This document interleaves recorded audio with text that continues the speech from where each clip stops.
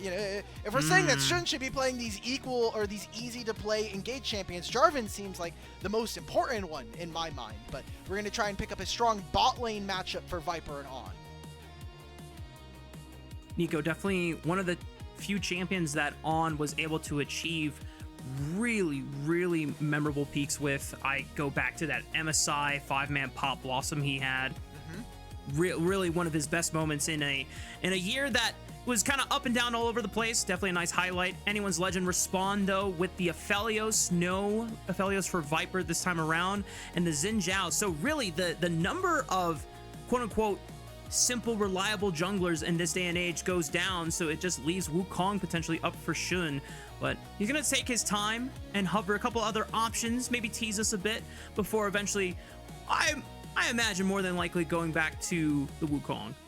Yeah, it could be Wukong, could be that Rumble we were talking about. Automatically to me, I think that BLG on 3 here could go for a Misfortune, maybe trying to see a little bit more options. It's either Misfortune or we're going to be taking a jungle pick here. I think you want a strong bottom lane pair so that the laning phase is a lot easier for Viper and On to play. And with the core of 3 champions that they're showing here, I think your team fight is just simple enough. Equalizer, Nico Pop Blossom, bullet time. End of the game. That's kind of it.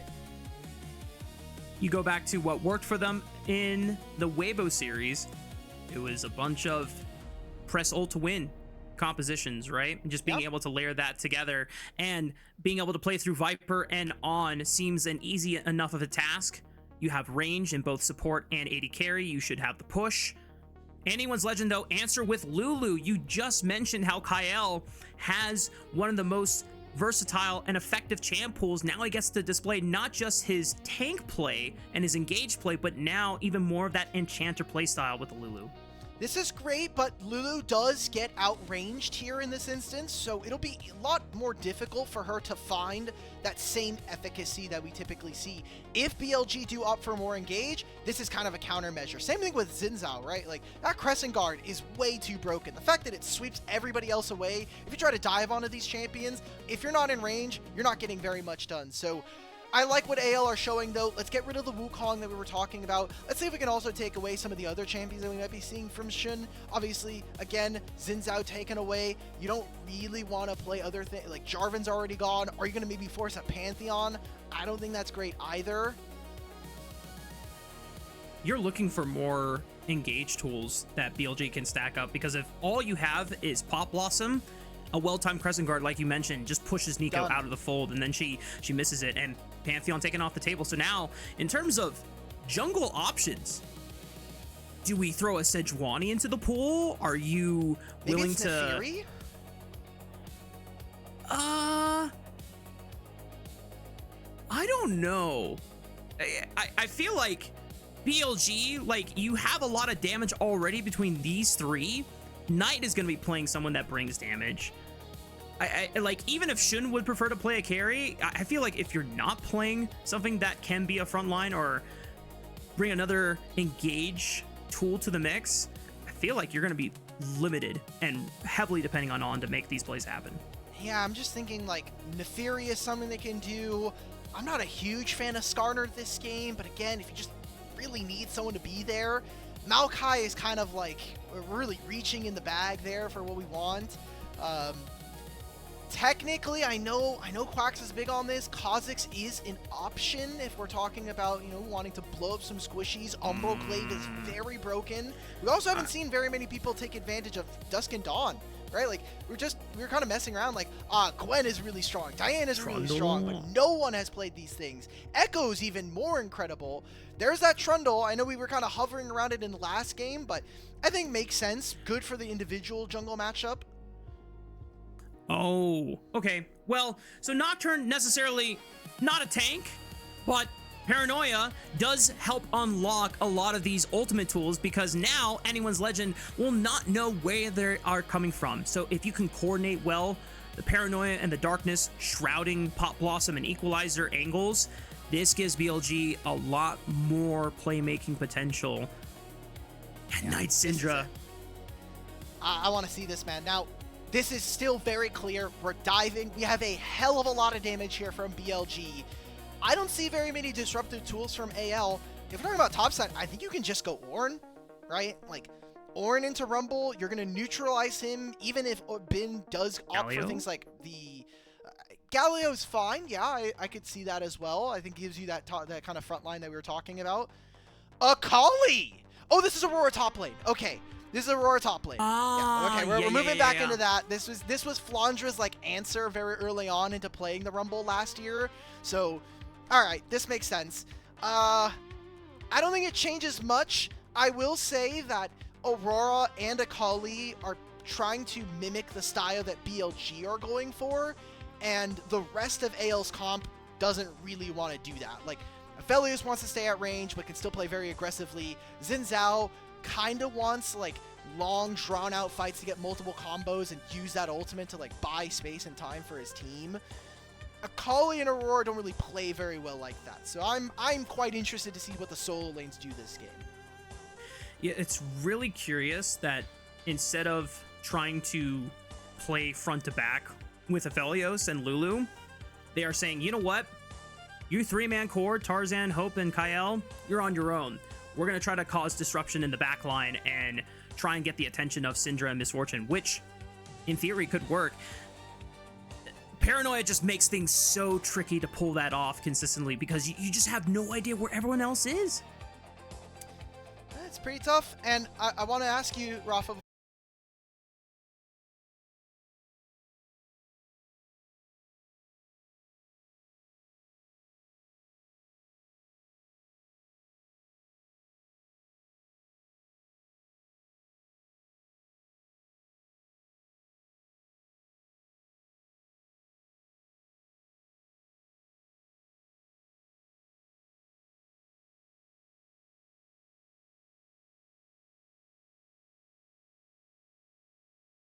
If Shun can make it now 50% as we get ready for Game 2 between Anyone's Legend and BLG.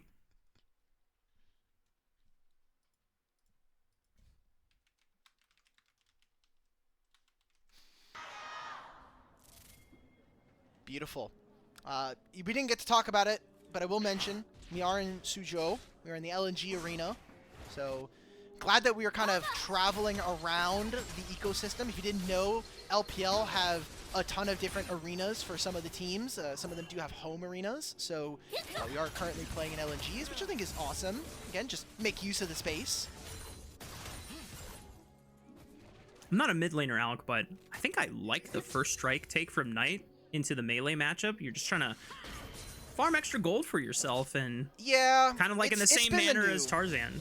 It's been the new tech for Syndra, although I don't know what Knight is doing, because he took a really weird I want to say weird. He took a path where he's going to get extra vision for his jungle, but he is going to lose out on the early lane control and miss out on a fair amount of minions during all of this time. So some mistakes coming in after I was doing a lot of praise for him. His Syndra historically is one of the best in the league.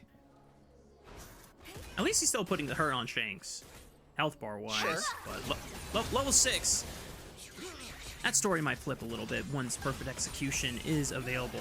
Meanwhile, Viper and On making good on the promise of this double range bot lane, even with Kael trying to answer a little bit of that pressure back with the Lulu pickup.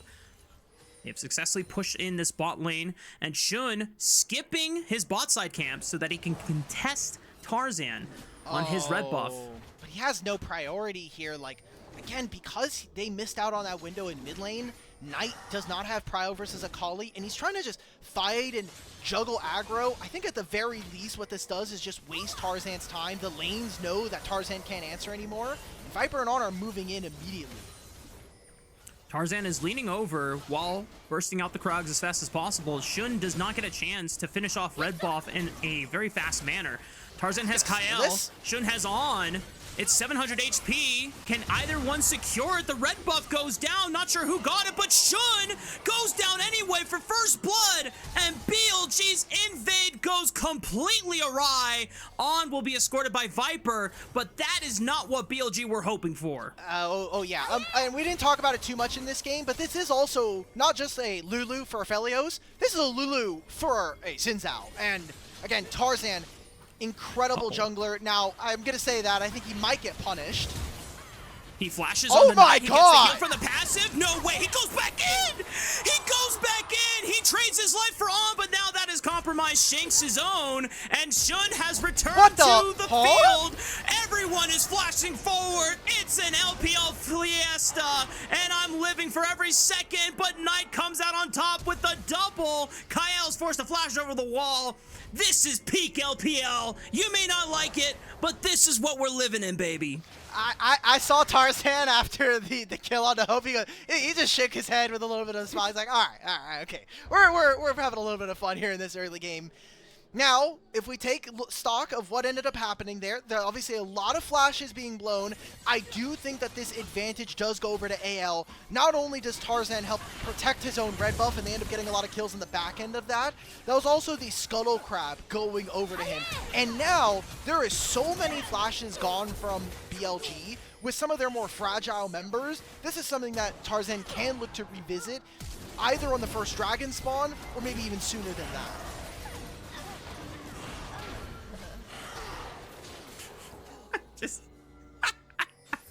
I know, man.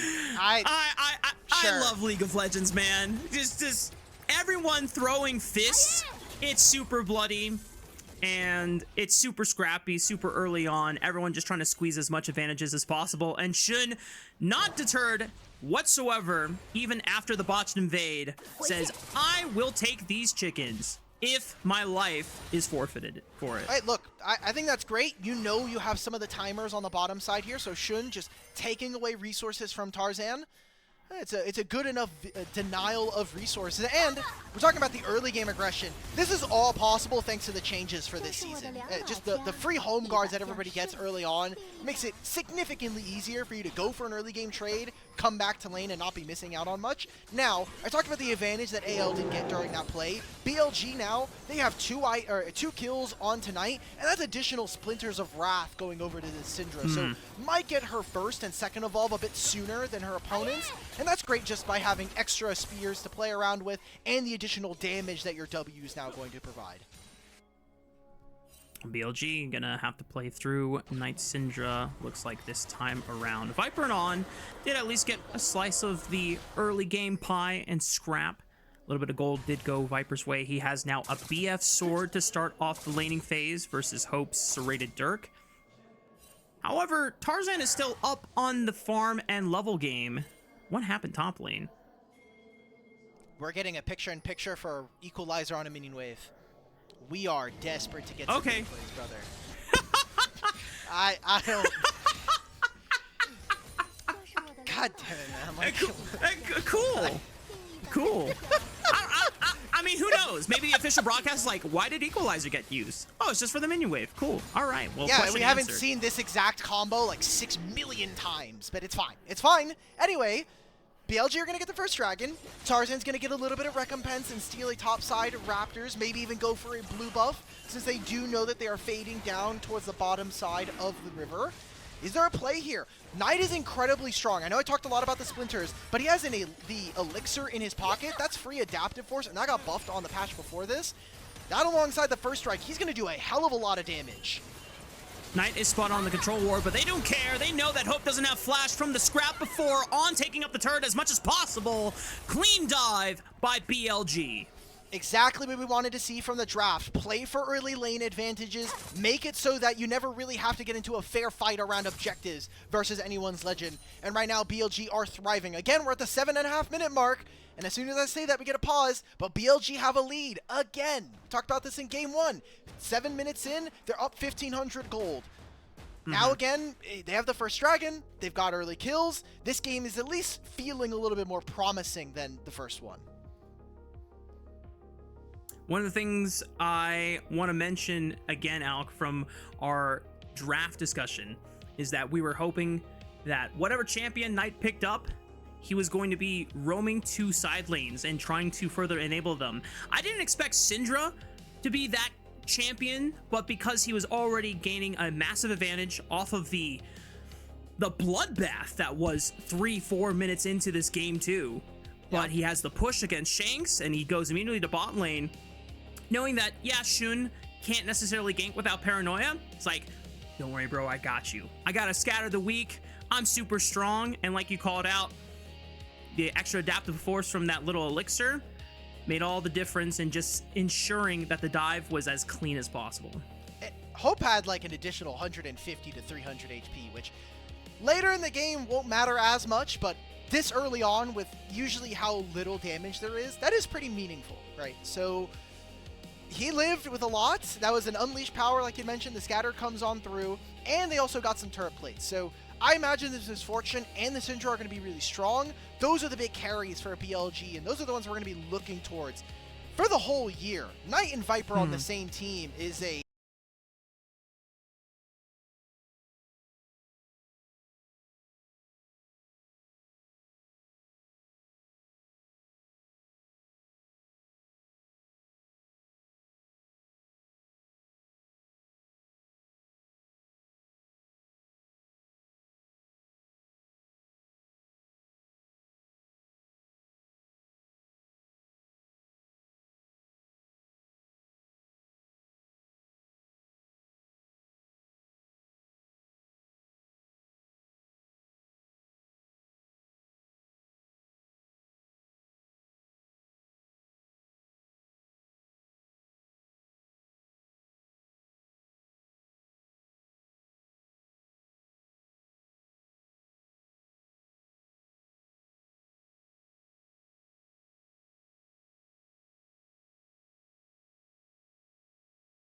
few individuals, not just in LPL, but in the world, that will understand these tiny windows and just maximize them for Raafaa, the best effect. I'm gonna stop you right there.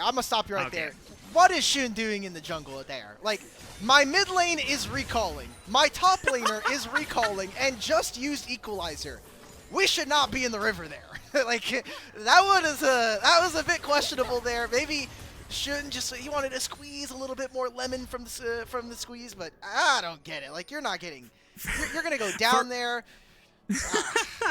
For all the fans tuning in, I think this was a wonderful display of the two sides of man, either the extreme glaze or the extreme hate. You know, I mean, you're a jungler. You're like, you know, Tarzan's incredible, man. Look at it. He just killed him because Kael was there as well. Like, should just not be there, okay? Like, let's take a recall. So, AL, they won't put too much of a dent into BLG's gold deficit. I think a lot due to the fact that this bottom lane from BLG got some plates, as well as we just saw Bin on the top side do the same.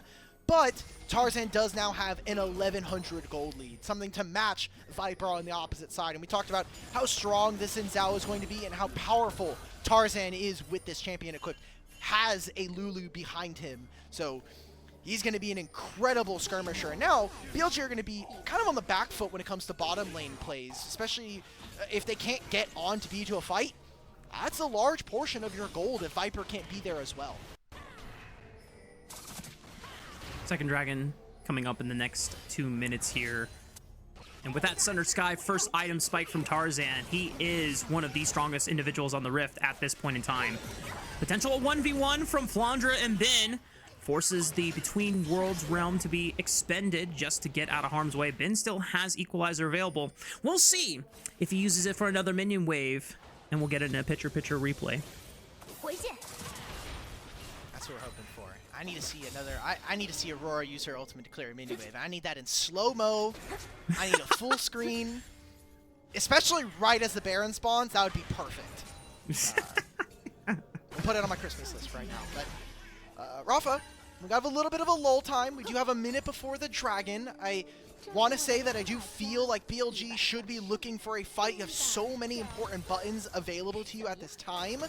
And it's all about, for me, if I'm AL, I don't know if we're going to have time to make a side lane play at this moment.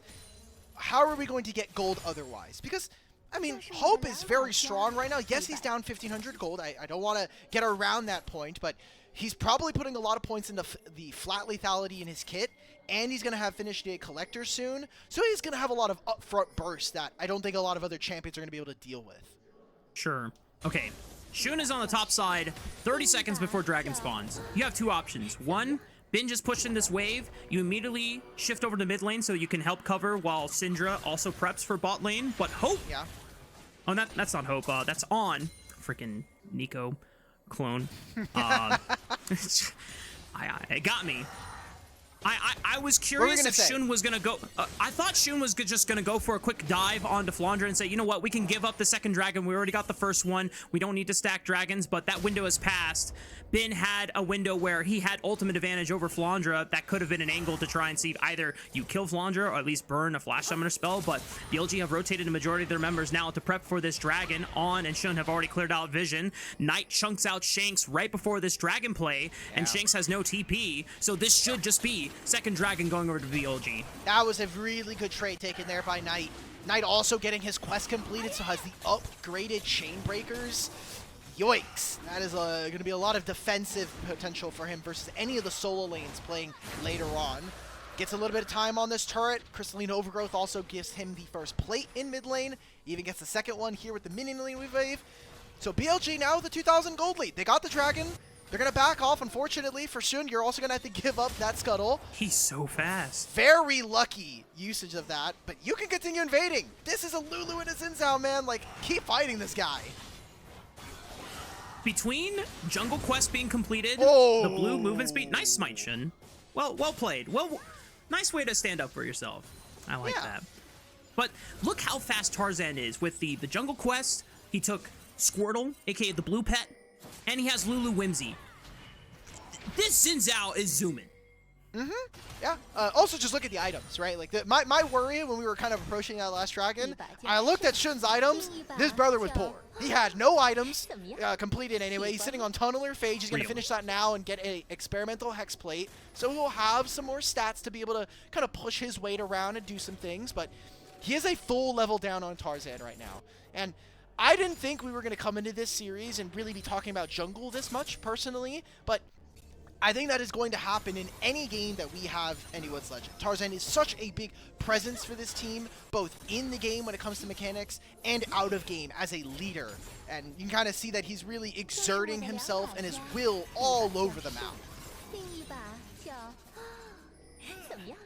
And it's always kind of not necessarily whiplash, but it might be strange to say that about a champion like Xin Zhao, which has been almost like a known quantity. But in the hands of someone that knows how to really exacerbate every single advantage you get, just from stat advantages in level differences and being the GOAT, being able to complete item spikes, and being the GOAT, real. One of the best players in the world, contesting #1 player in the LPL. The other person that can really hold the candle to him is standing in the mid lane right now on that Syndra. Ooh, we are getting one of the new items again here, Rafa. We get Hex Tech Gunblade. Now being built here for Shanks. Old new, yeah, you know, a returning one. It's like having a childhood friend come back to town after a couple of years. It's not as broken as it was before, but so are a lot of items. And hopefully we get to see Shanks kind of provide that value. I mean, the slow by itself, I think, is going to be really, really pivotal to how AL maybe attack fights later on. We do have a Herald, and no one else is on the bottom side. Tarzan wants to continue to invade, maybe get some turret plates for his Aphelios. Has Tarzan bit off more than he could chew here? He still has Crescent Guard, hasn't popped it yet. Darkness from afar as the Scatter of the Weak forces Tarzan to flash away and pop his ultimate. What is they Hope turn on a doing? Hope. He's forced to flash over the wall. Pop Blossom on the 3! Bullet time! Rips him to shreds! Shanks looks for the counterattack, but he's forced to use the second cast of Perfect Execution just to run away, and Flandre TP's in just a little too late. BLG with a massive punish. Wow, that was a great invade from Tarzan, however, punished immediately because Hope is on the opposite side of the fight. Kael had also moved to the other side, and now both of them get caught in a massive engagement coming in from BLG. Now sets them up to be able to move for this Herald. You see pings going out on the map. We'll take a replay of this one immediately, and we were questioning about whether or not Tarzan can do this. I think because you're a level up and you have Kael, I think you win this 2v3 as is. But look at what's spread out. Tarzan flashes to one side, Kael flashes over the wall. What is Hope doing here? Why are we autoing a ward? Completely baffling. And On having one of his best champions, the Nico here. Massive Pop Blossom just immediately decimates this fight and causes even more to fall in favor of BLG.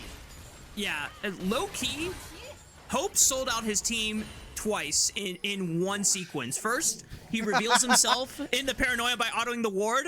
Then he flashes, guiding On to just immediately flash follow up with Pop Blossom on the 3 members. And that exacerbates the gold lead. not only 4,000, but I'm looking at Knight, I'm looking at Viper. They both have around 2,000 gold over their opponents. That is not good, especially for a lot of this game so far being around AL's jungler.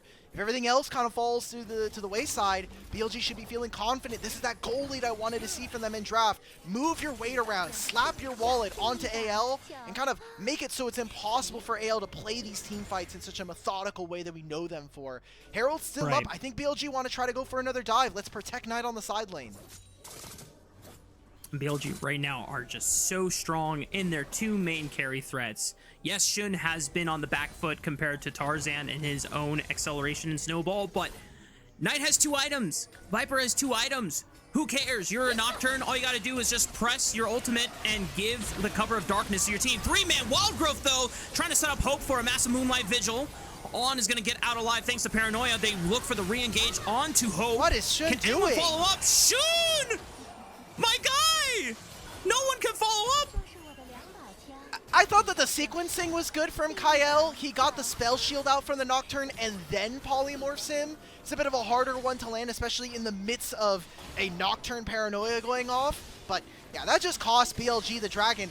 And Raafaa, I gotta say, I want to put a pin in this moment. 18 minutes. I want everybody at home to be remembering this. This could be one of the moments we come back to if AL win this game. We say this is where it started to kind of fall apart. There's still a lot of game left to play here. BLG still have a 3,000 gold lead, but these mistakes are the things that we saw from them in game 1 that end up leading to their demise. Like, the start of this is fine. I mean, again, you're Tarzan. If you're Tarzan, you have to be feeling you can make this play. The Crescent Guard, however, messes up all of this. That was an Inferno ult that could have wiped on, but it was the Nico clone that tanks it. And then this right here, yeah, the polymorph like I was mentioning, before he could even get the spell shield off. Just incredible. Oh, another fight on in the middle of 3 people. Didn't have Pop Blossom available just quite yet. Oh no, BLG falling apart. Anyone's Legend still down 3.5 thousand gold, but with the Rift Herald in hand, they can easily try and do some work to shore up that gold deficit and claw their way back. BLG, we have to remind everyone, you have massive advantages in your bot lane and your mid lane. You have to play around that. You have to be more patient. Obviously, we don't know how that fight started in the first place, but it's almost like they're getting a little too lost in the sauce here on these setups.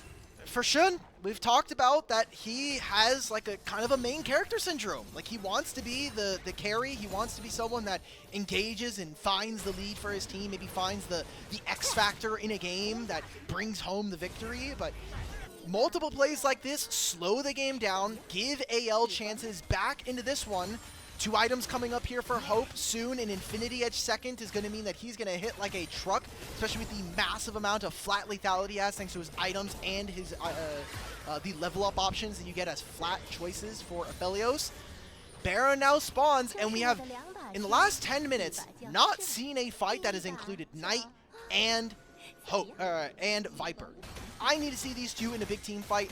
We talked about it during the draft. We have not really gotten that delivered to us here in this game. It has been individual skirmishes that have gotten them the lead. Hey! Oh, there we go. That's how you do it. Look at that. On setting up Knight with a 2v1 kill on the Flandre, which is his first death for the Aurora in this second game. Rift Herald does get dropped by Tarzan. They'll look to at least get some plates down onto the tier 1 turret in the mid lane, while Knight picks up a full turret on the top side, even more gold in his pocket. But the rest of anyone's Legend trying to see if they can catch out on as... Wow, the Baron aggro didn't reset. Man, Eco Clone mechanic is broken. So because he moved out of the range. I'm surprised that it stayed. Oh, it's not magic. He has flash, just in case he needs it. All right, and thankfully there's a turret. It's really dangerous if on flash is there, because you need that flash for the upcoming dragon fight. I think BLG are going to be investing a lot. So we have 2 minutes right now. We need to see how AL are going to set up on this side. They don't have push on either side lane, so I think BLG, for the time being, we're going to see them push out the next wave that is coming in under the turret and then move into the objective. So this is AL's timer to get vision down and find areas where they can maybe take advantage of BLG. Shanks now answering Knight in the top side of the map. Shanks has yet to complete his second item, and Knight is already working towards his 3rd item of the game. This is prime position for Knight to really carry the game as Syndra, and it's not like Syndra falls off. In fact, the fact that he got an early snowball advantage allows his scaling to come online even faster. Shanks engaging on. Pop Blossom still available, doesn't get a chance to use it. Shanks got the wild growth and the flash out of On as well. Paranoia being used by Shun, and this time he will not re-engage. Thankfully, for BLG's sake, there's nothing.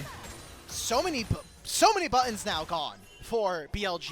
You don't have the flash. You'll have the Pop Blossom, but a flash is kind of like the make or break spell in this combination in my mind. And sure, Shun, you got yourself your own Krugs at the end of the day, but you guys are trapped to the top side. You are giving a lot of free time here.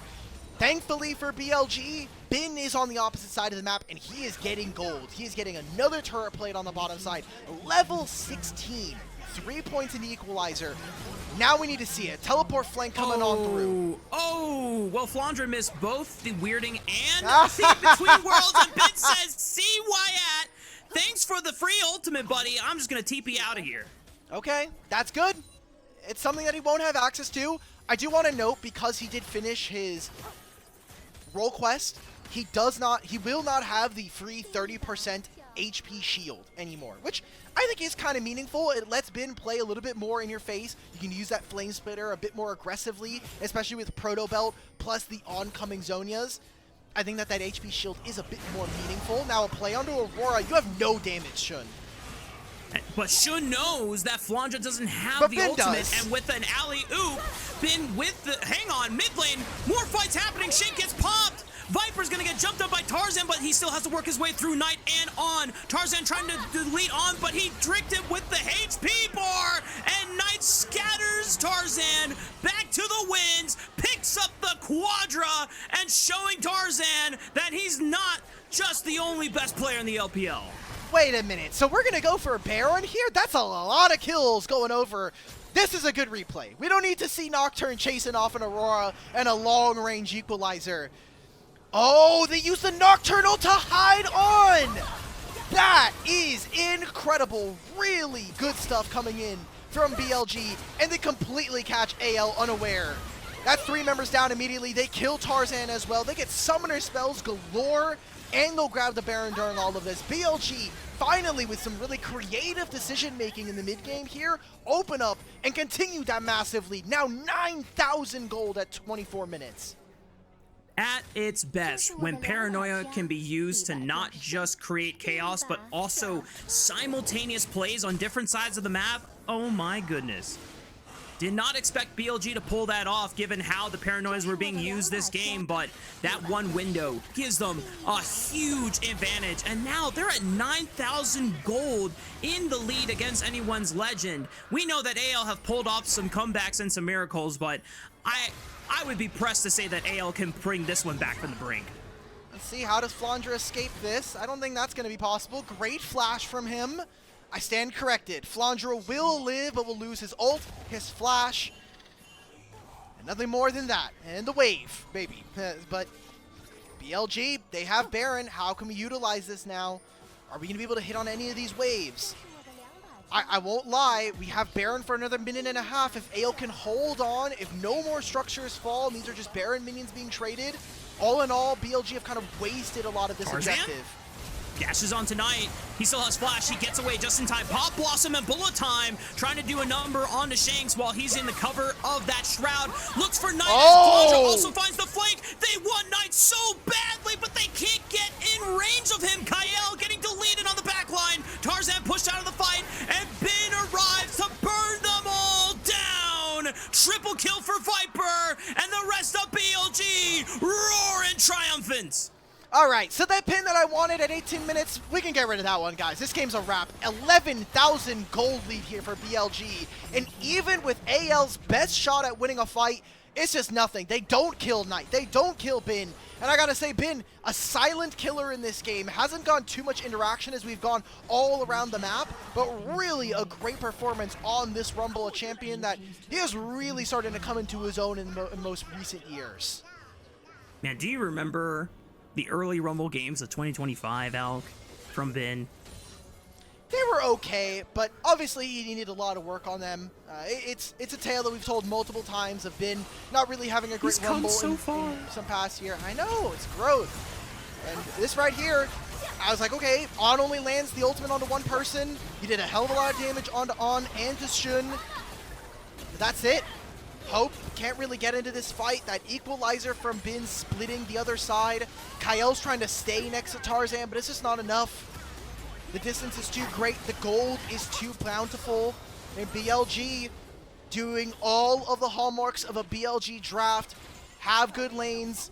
Have good playmaking from your solo laners. And just let the game come to you. Run over your opponents with this goldie that you got from the first 10, 15. And now we're over the 10,000 gold advantage point. So this is BLG's game to win and close out. Oh, yeah. Oh, you got Soul in a minute. Imagine if they hadn't given that dragon for free over to over to AL. This could have been their Soul already, but also the game might have just been looking a lot different if that was the case. Tarzan's gonna try to steal his own blue buff away, lose half his HP, maybe his guardian angel. Darkness. Good night, Tarzan. He flashes away. Shun can't close the distance, but meanwhile, on the left side, wow, Hope just gets exploded. Kael almost facing the same fate, flashing away just in time. Shanks on a long flank. Not sure what he's going to be able to accomplish, especially since he is behind the item curve. And, yep, I would also do the same, Shanks. Just recall and try to defend the base from grumbling. All right, so we're going to hit on this mid-wave. See that Viper right now, just so strong and can be very stalwart on this Misfortune. We're going to take this mid inhibitor down, and Raafaa, I think we're going to a Mountain Soul here. I think that BLG are going to quickly take this inhibitor, spend their gold, and look to put the finishing touches on a very easy game 2. BLG just taking their game slow, waiting for flashes to come back up. Knight, well, definitely the strongest individual on the map right now, finds a scatter of the week. Good night, Kael. So remember when I said that Lulu doesn't usually get very many options to play the game, especially versus a Syndra? That's kind of it. You can't polymorph them if they're out of range. And you can very rarely shield yourself in time to get over the massive amount of damage. I mean, he's got the Magi's Soul Stealer already. 22, this is a Knight staple at this point. This guy is known to build this item on champions like Ahri as well. He has 5 items, probably has over 1,000 AP at this point, or damn near close to it. He's going to do a lot of damage right now as level 17 Syndra. Yeah, full build too. So at this point, Knight is just collecting more kills and trying to look for the full 25 stacks on Magi's and an Elixir of Sorcery to be at maximum strength. BLG. A few seconds away from Mountain Soul spawning. Tarzan having to be the first one to face check into the bush. Shanks is over the wall, looks for On first. Paranoia gives them the cover. Kael the first one to get dropped. Tarzan's GA will be next. Hope flashes right on top of the equalizer. No chance in hell that he's getting out of that one. Tarzan revives just to die all over again. And this is BLG's game to come back from. This was an excellent response by Bilibili Gaming. We're going to game 3. Couldn't have gone any other way. I'm sure that some of the AL fans, Raafaa included, were looking at this potentially being a 2-0 with the level we saw.